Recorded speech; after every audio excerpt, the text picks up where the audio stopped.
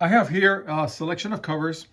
It includes a few covers that I showed when I did the introduction to the series, but I've added a few more just to give a fuller picture of the wide-ranging postal history of this series. I'm going to go through quickly, relatively quickly, just to show all the covers, and then I'll be breaking up this group of covers into small subsets in which I will go into more detail and show a lot of the back of the covers. And I'll just say more. All right.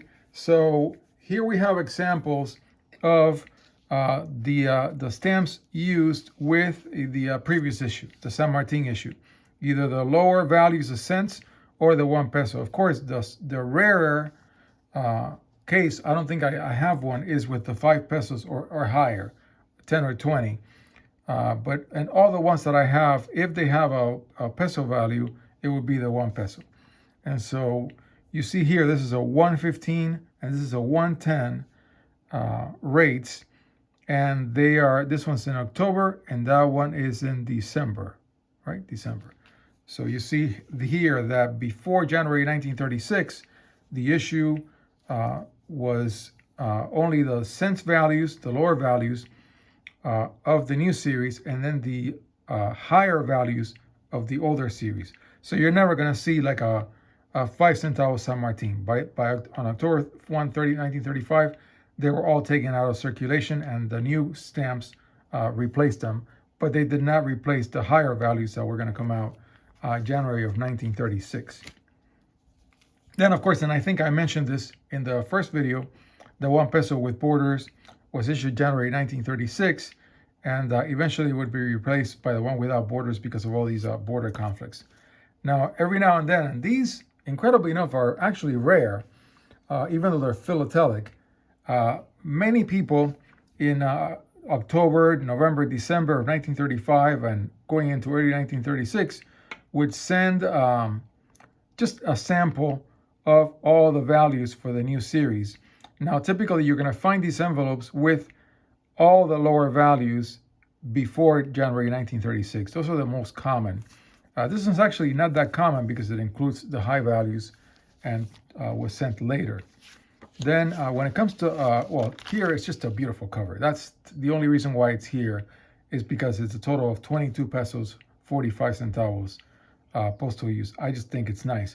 And the thing to say here about this cover is, yes, the beauty of the series is the higher values are just beautiful, and you can find some really large uses because of where Argentina is located geographically.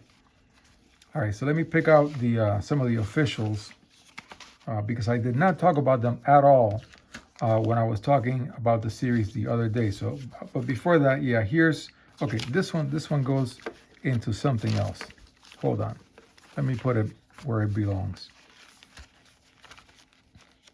There's a story to tell out of that cover. Okay, I'll find it when it comes. So this you will find on eBay every now and then, and that's the departmental officials. There are 8 departments. They usually start with M for Ministerio, and they'll have a signature, and sometimes they'll have a stamp, an official stamp, like a shield, because it's official mail. These stamps were not sold to collectors. When you find them mint, they're really remainders. The really valuable ones are the ones on cover, okay? And used ones are also valuable. Then here's another example.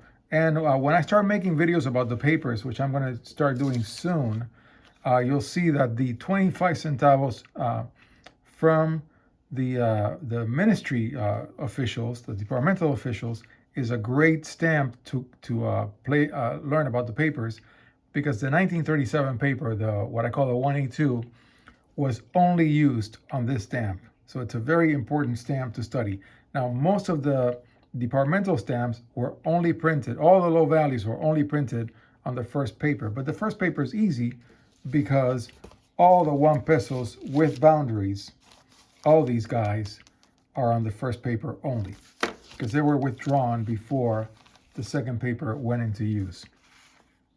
Okay, so then and I was going to show Servicio Oficial. These were used in multiple runs throughout the entire range of the series. So you get the departmentals in 1936, 1937, a little bit into 38. You may find them as late as the early 1940s, but they were replaced by Servicio Oficial, and now you no longer had 8 ministries having their own stamps. You just have one nation only having these official stamps, and they were used all the way for this series for as long as the series was in use. There are multiple printings that happened of Servicio Oficial. And of course, I always use this envelope because it's a clay paper, and I showed it, I think, before. Okay, so then there are also slogans. Okay, slogans, many different types. There are the earlier slogans have underlines, have bands under the letters, and the letters are big. This one's from 1941. This one's from 1945, a rather late use also of the same theme. But then they got rid of the lines. This is from 1942. And incidentally, the 15 centavos and 20 centavos, all these single letter ship rate covers, even though they're cheap and they're common, when I find them with a full clean slogan like this, they're valuable. For some reason, the ship mail got a lot of these slogans. It just happened. Oh, the Rosicrucian Fellowship is a big correspondence out of California. They keep coming out on eBay. They've been coming out for years. Then this one's a later one, 1954. You see how they got rid of the font was made smaller, and yeah, it's just they look different. This letter's only here because it's beautiful. That's the only reason. I just like it. That's all. I wanted to show a few nice covers. The 2 pesos went from being a high value in 1936 to being a low value by the 1950s. Here it's in September 1936, and now here is a high value. Another pretty cover. I just like it. Then, okay, this is what I was showing. Okay, I was going somewhere with this. Okay, so these covers tell a story. So, right, goes like this, like that, and like that. There we go. Okay, so then this is the UPU, the Universal Postal Union color changes of 1939, explained with 4 covers. So the 15 centavos cattle was dark blue in 1936. It became in 1939 light blue. The 20 centavos was light blue in 1936 or 1935, and then became dark blue. So they flipped colors because of UPU, Universal Postal Union regulations. Okay, let's keep going. We have a lot of covers in this very quick. It's an overview that's supposed to be quick, but it's not going to be that quick because there's just a lot to say. All right, so the 20 centavos large format cattle came out in 42. There are many different printings, but the reason why these covers are here is because I wanted to show, if you want to study the what I call the 1E3 paper of 1939, which looks a lot like the first paper, but it's wider, the 8 centavos and the 12 centavos with the new UPU colors, anything new UPU colors are great for that paper because those stamps, you know for sure, were never printed on the first paper that looks like it. So these 2 stamps are very useful when used to compare to the 1E1. And I'll do that when I do watermarks. Of course, there's also, because of World War II, there's all types of censorship, and I'll be showing that. I've been showing that in the parallel videos that are coming out on Wednesday, and as I go through covers. The 5 centavos, this is a clay paper, got heavy use. This cover is just here because it's pretty. That's the only reason. So 1938, big, nice, bright colors, and this one too. Yeah, this one too. And I think I've already shown this one. Yeah, the 5 pesos from the early days, it's just a beautiful stamp.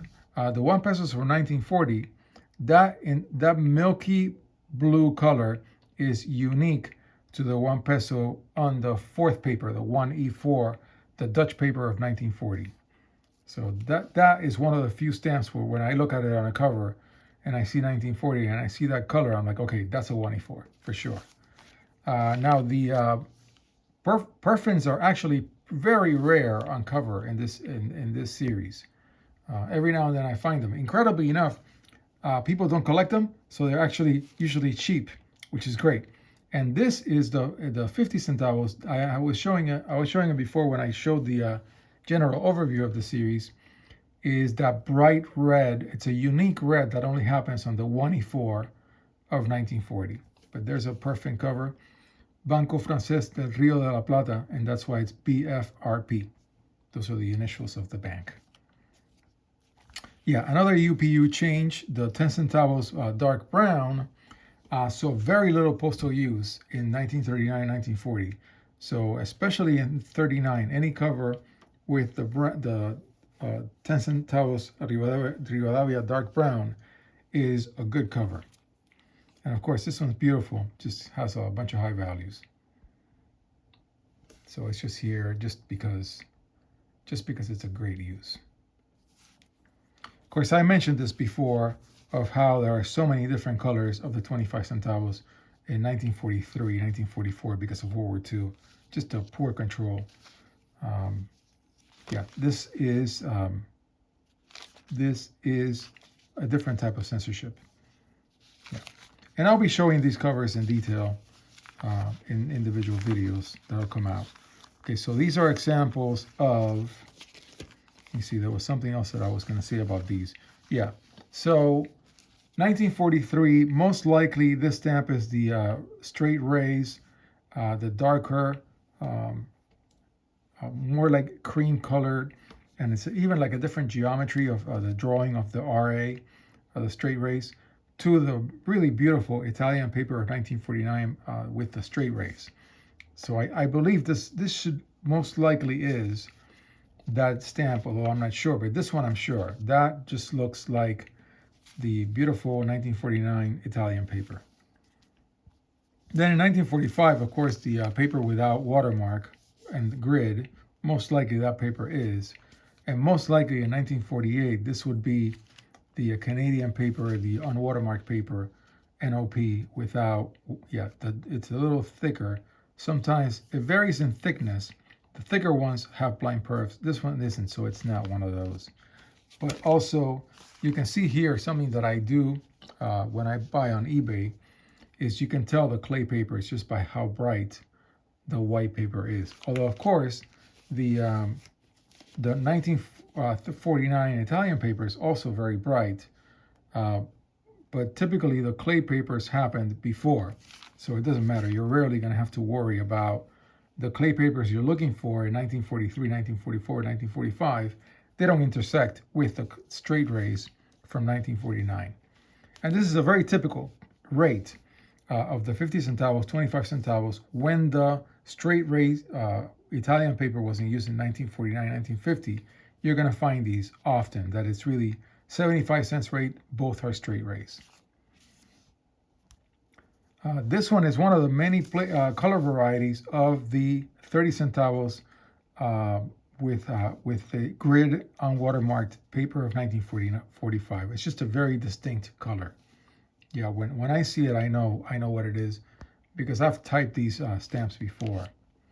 And now this one is a thick paper unwatermarked, the Canadian paper of 1948, very clearly, because you see the blind perfs. Those blind perfs are a dead giveaway of which paper you have. And of course, I had already shown before, and here's the second cover that I pulled out for the 40 centavos dark colors clay paper of 1948, a one-shot issue. It just doesn't fit into any scheme whatsoever. They probably had, half a roll or something of this paper, and they're like, all right, we need 40-cent stamps. There they go. And of course, when you compare it to the clay paper of 1955, you see that the background is barely legible, barely viewable, the beautiful dark colors, and it just looks very pale. See, yeah, this one, you'll see that you'll find that the unwatermarked grid paper of 1945 has just sometimes like a grayish coloration. When I see this, I know this is a 1945 grid paper. And of course, very bright colors. Another case of 1949 Italian paper straight rays. All of them are, the 40 centavos and the 50 centavos.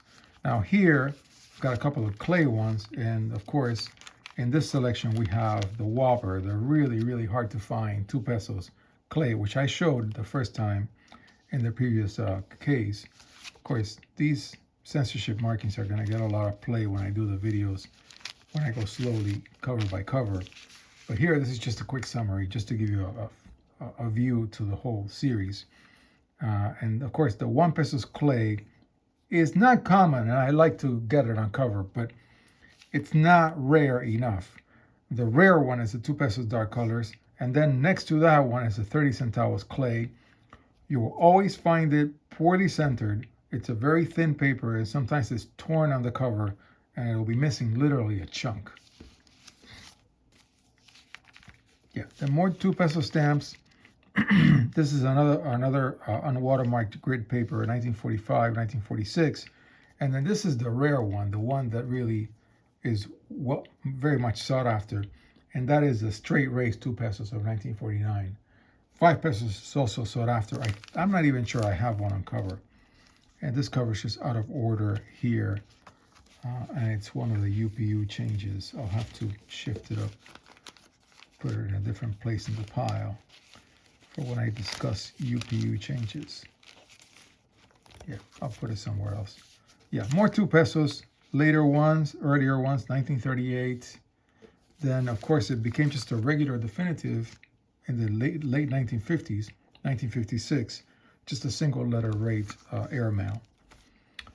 This one should be also on watermark grid, but you see how many different markings there are for censorship. This one's to Ireland during World War II. And then we're almost done. Here I'm going to show, I think I may have shown this during the intro video, how different the printings are for the 5 pesos between the early printings of the 30s on the 1E, on the 1E papers, and the late papers, what I call the 1Ls. This one's from 1956. And I'll end with, and I already showed this cover in the introduction, but I'll put it in one of the videos. And then there are uses with the Evita series. These are actually not that common. At one point I realized that I only had like 2 of them, 2 covers like this. And then I made a point of digging them out of eBay whenever they came up.